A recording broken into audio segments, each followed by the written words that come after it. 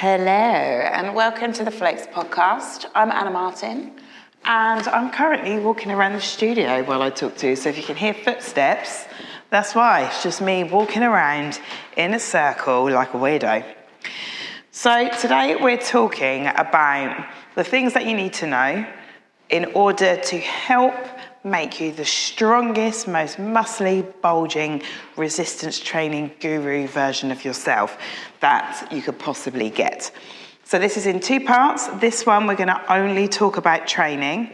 In the next episode, I'm only going to talk about nutrition and self-care. So they're going to come together, but I think they'll end up being a tiny bit too long to listen to in one go. So I just want to split them up so that they're nice and clear. So first of all, I just want to address why strength and muscle mass matters. Obviously, and this isn't the same, this isn't too much for generalization, I hope, but it matters a lot for your body composition, which is not any type of generalization, is actually just true. So it matters a lot for your body composition, which maybe matters a little bit more if you're, for example, entering a physique competition, or maybe you're going on holiday to Ibiza with your friends, or whatever. We might think, I want to have a really muscly looking arse because I'm going to wear one of those swimsuits that go right up the arse crack. It might be that you want to have more toned arms because you're going to a wedding or something. So these are the kind of things that might come into it in terms of our body composition and how it might appear with a little bit more muscle tone or whatever from the outside. The thing is with body composition, it does matter for how we might look and appear, but it also matters for our inner health. Obviously, we want to maintain muscle mass as we age, which does naturally decrease a little bit over time. So we want to maintain the muscle mass we've got. We want to stay moving how we are. Yes, we might want to get musclier butt cheeks and some good old bulging shoulders and all those kind of things. But we also want to move well and be able to live well. And our body composition can obviously have an effect on that. The more muscle we have, we're better at regulating things like our blood sugar level, which can be important for people who are maybe pre-diabetic or diabetic, and they may benefit from having good amount of muscle mass in order to help regulate that. There's other things that it obviously helps with in terms of your actual workouts, feeling stronger when you're lifting, all that kind of stuff, and from day-to-day activities. We want to be able to continue living the life that we have. Presumably, for most people, you want to be 30 and then in 30 years' time still be able to do the stuff that you're doing now, if you want to, of course, and still be able to move your body in that way. I want to be 90 years old and still be able to get in the gym and do stuff. I've got a mate in the gym who is 90 this year, and he is still in the gym training 3 times a week, and he's an absolute machine. I want a bit of that for me. I want to still be going and still be doing it. And I think for a lot of people, because we might be generally moving our body around, maybe we walk the dog, maybe we do like once a month, we manage to do some yoga, we go for a walk with the family, it can kind of get to this point where we think, well, like I'm 40 or I'm 45 or whatever, I've never really done tons of exercise. I've never really done any training. I've been all right so far. But the thing is, we have been all right so far because for a lot of people, their peak age of their body is in that bit before the time that they've got to now. So up to about 35, you're unlikely to lose a significant amount of muscle mass. You can maintain it pretty easily. The way that you move stays roughly the same because of this. Your body is younger, your joints are younger. As we get older, so into our 40s, we might notice it a little bit, then into our 50s, maybe a lot more. So these are the times when people tend to come to me and say, look, I haven't really done anything for 15 years, or I haven't really done anything ever, and I know I need to get cracking because I physically feel a lot different than I did 5 years ago, 6 years ago, 7 years ago. So a lot of us can kind of manage to scrape through life. We're not doing as much. And then we get to this point and we suddenly think, shit, I don't feel that as good as I did. I don't feel as strong. I don't feel as mobile. I just groaned getting up off the floor. I couldn't, things like that. We want to maintain this stuff, and it does take work. And we really need to kind of just get our head around it, that you are going to have to put time in this. You will have to sacrifice stuff to make time to do this. And hopefully you're only going to be sacrificing stuff like watching a bit more Netflix or whatever. But we are going to have to invest time in this, and you just have to get your head around it and then create time from somewhere in order to be able to look after your body. And your body deserves it, and you deserve it. So let's think about that for a second as you're moving through the rest of this. We know that strength and muscle mass and like the size of our muscles, the strength of our muscles, our range of motion, our endurance, these are all important things to us as we move into our training. You're putting a lot of time into your resistance training, or you're about to, which is why you're listening to this. And I'm going to help you now try to get as most out of the training as you can. So the first thing we'll talk about now is training to failure and what that actually means. We need to, in order to get our muscles to grow or to be stimulated enough to go away and make some really good changes for us, which is what happens. We take our body to the gym, or we work out at home. We stimulate the muscle by doing these weights and stuff that we're doing, or press ups or whatever. And then our body's like, oh, I couldn't do that as well as I wanted to. And so then it makes some changes. Those changes are what we see as us getting better at something next time we come back in, or the time after. So we have to stimulate the muscle in order for that to happen. The way that we can do that most effectively is if we get to within 5 reps of failure. Failure means we can no longer do any more reps before we turn into just a puddle of human skin. So we're just going to, when you literally can't get the bar up anymore, that would be called complete failure, when you just can't do anything. Most of us don't reach that because our brain will tap out before our body does. So if you can imagine, so let's say you're doing bicep curls, you've got to a point you're like, holy crap, this is horrendous, and you're really struggling. You would probably stop when you feel like you're really struggling. But if I had a lion and it was walking around you, and if you stopped, it was going to chew your whole lower body off, you'd probably get a few more reps out. And that's kind of the difference. We don't want to train to failure every time we do it, because as you can imagine, that lion situation would be very stressful for your body. You'd need tons and tons of recovery, you'd be exhausted. But that bit where we feel like, oh crap, I can't do any more reps, and our brain taps out, is probably within that 5 reps from actual failure. So that gives us a really good way of judging that we're where we need to be. So getting close to those 5 reps away from failure, which is where, if you're experienced with training, you'll be able to push to within sort of, 5-4 reps from that failure. That is what's going to help stimulate your muscle in a way that it will go away and make the most adaptations, such as making your muscles look big and bulgy, so hypertrophy, making them bigger, gaining that muscle mass, or with strength adaptations. Now, some of our sets, we probably won't get to failure. So if you think you're doing 3 sets, that, you might use that first set to get a gauge of where you're performing today. So it could be that, let's say you're hip thrusting 100 kilograms. So you thrust your 100 kilograms, so you've got your 8 reps in, it felt okay. That gives you a ballpark for where you're going to push it on the next set, right? Because you're like, actually, this was easier than I thought.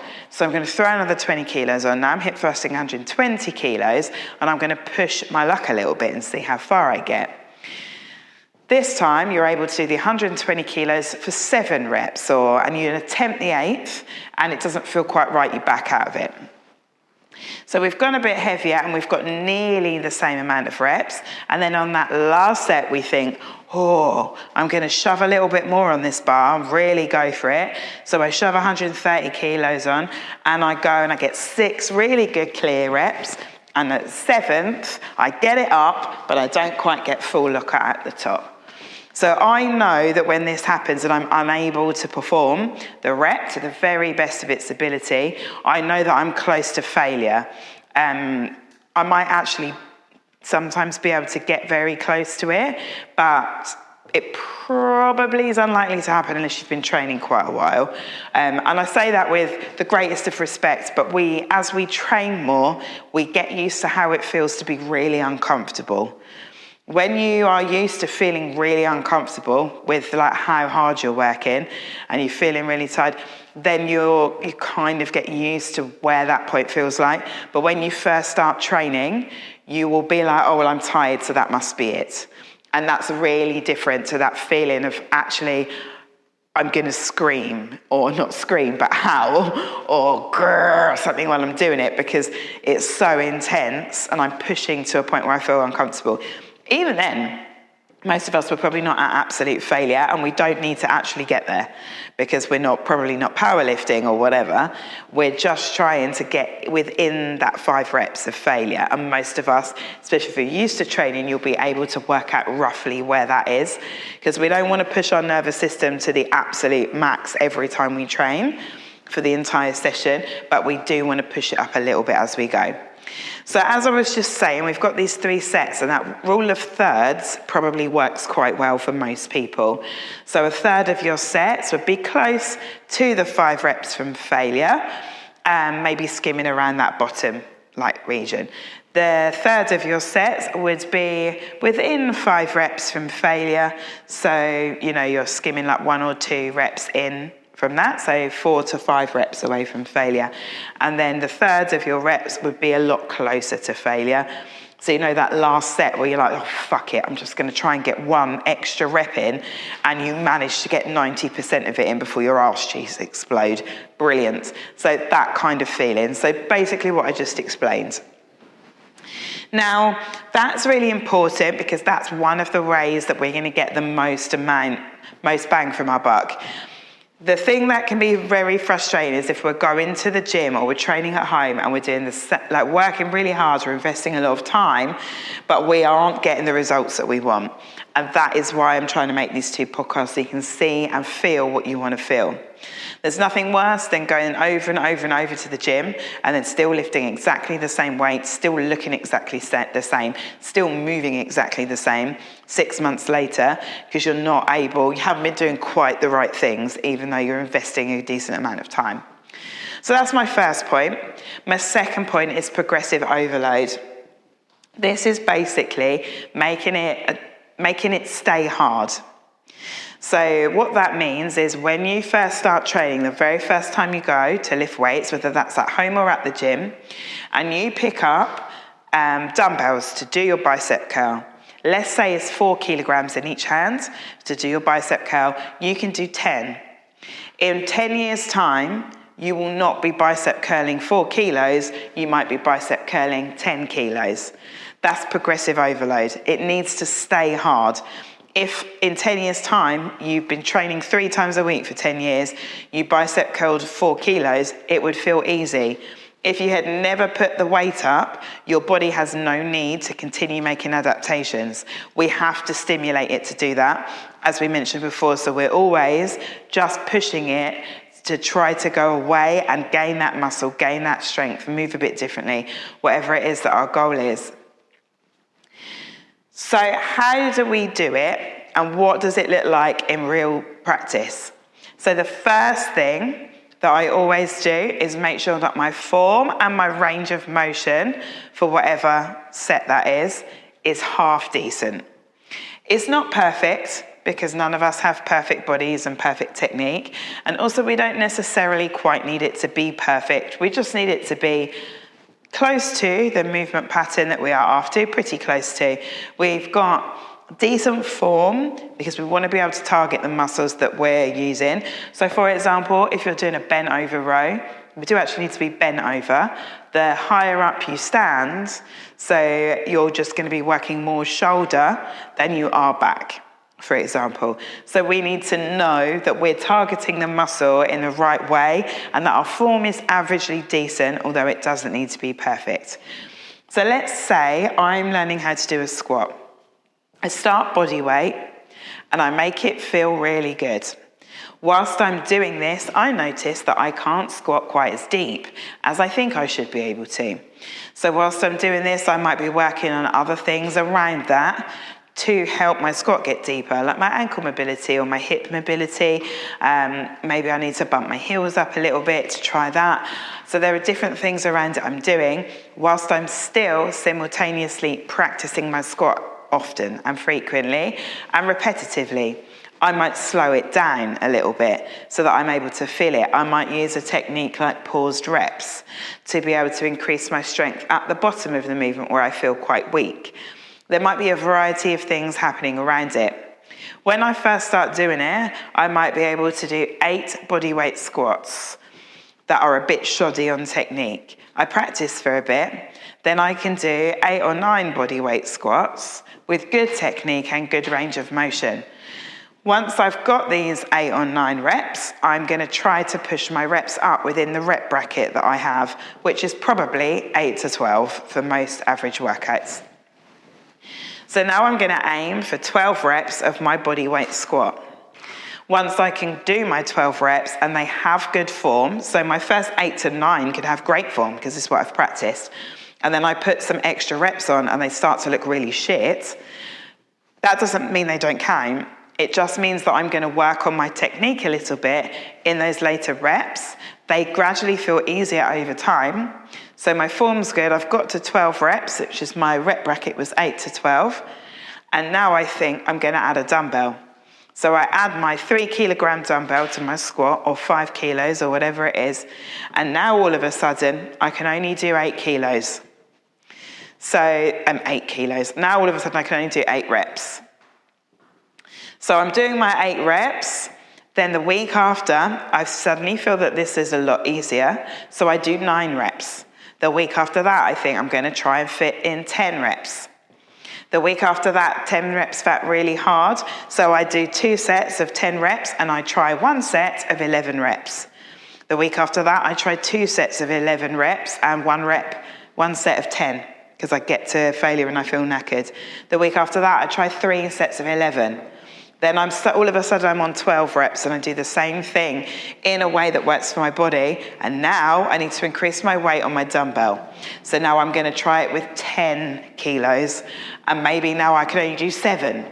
So I do 2 sets of 7 reps of my 10 kilos and then I might do my set of 12 to 13 reps with my 5 kilogram dumbbell. That is progressive overload, one way of doing it, and it's how I do it. So depending on how I feel on that day, I push my reps or my weight up, and that depends on how it looks. So for example, I'm on the leg extension and working to get the whole stack up. I'm 1 away from the bottom. Last week I was doing 7 reps and 104 kilos, and I can't quite get full extension on my knee. This week, I thought, let's try again, and I could get 6 reps with full extension at the knee. 1 rep was a bit shoddy, but I got an extra rep out as well. So now I'm doing 8 reps with my first 6 being great. Next week, I'm hoping to do 7 really great reps and then 1 slightly shit one. And then it will hopefully be the whole stat, the whole 104 will go up. Then I'm going to try and put 9 reps in and then I'll try 10. And then probably for me, when I get to 10 or 11, I will go straight back to 8, which means I'll put my weight up again. And then that will hopefully be the full stack moving, which is my goal. Now, the reason we need to do this is because we need to stay hard.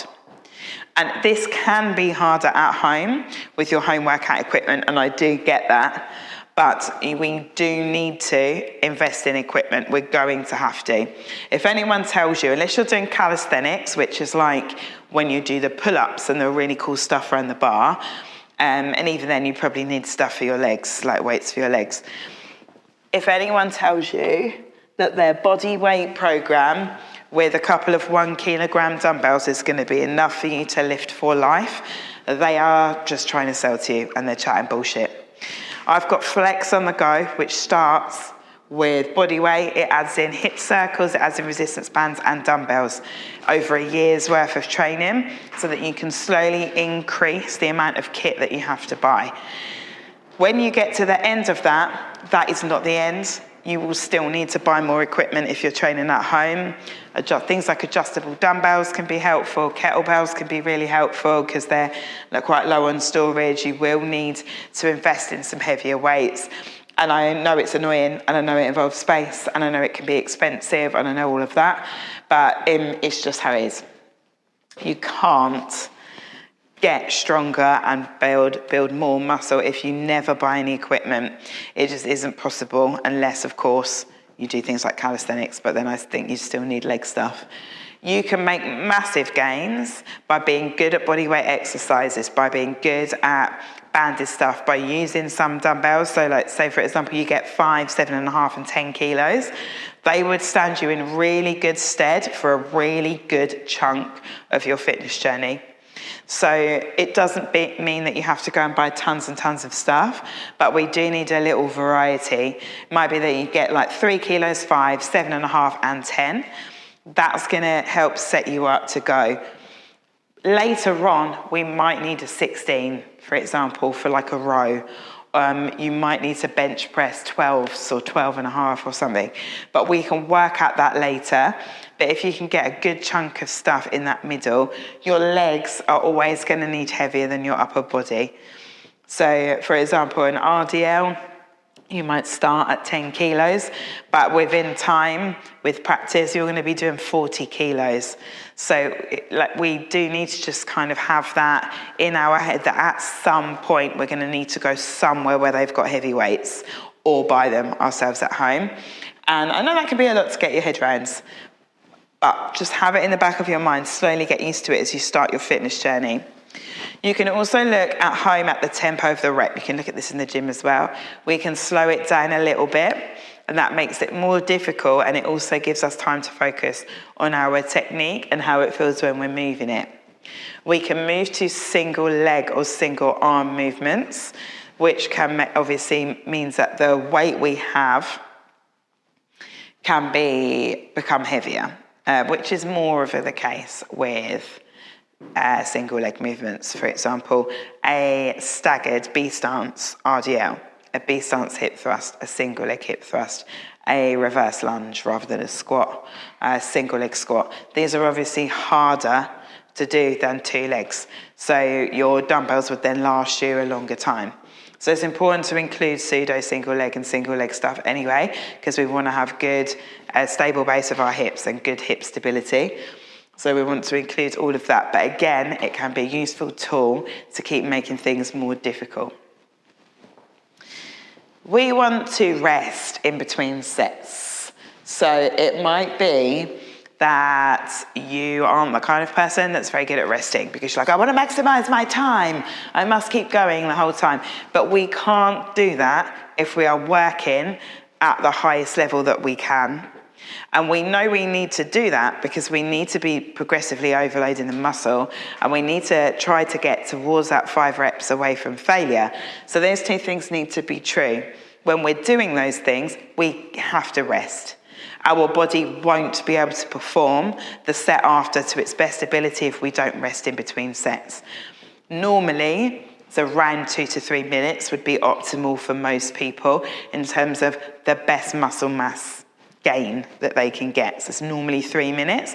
I understand that feels like a long time, but if you use things like supersets, so if you're having 2 exercises back to back of non-competing body parts, like upper and then a lower exercise, this means that your upper body will be getting some degree of rest, probably not as much as we'd like because it will still be working the lower body bit as well.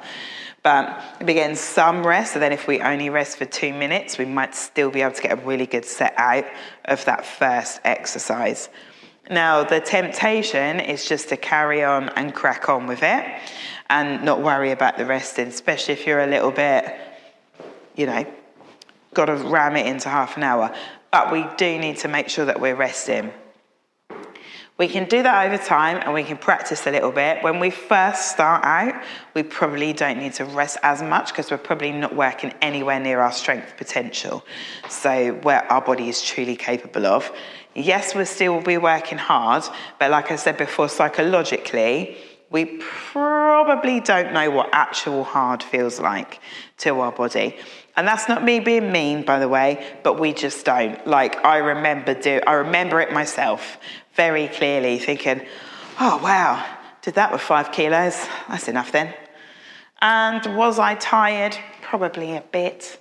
Was I anywhere near where I am now when I train? No. And that's in effort levels, not in terms of the weight that I'm lifting, just in terms of effort. I had absolutely no idea what I was really capable of because I just had never seen it and I'd never done it.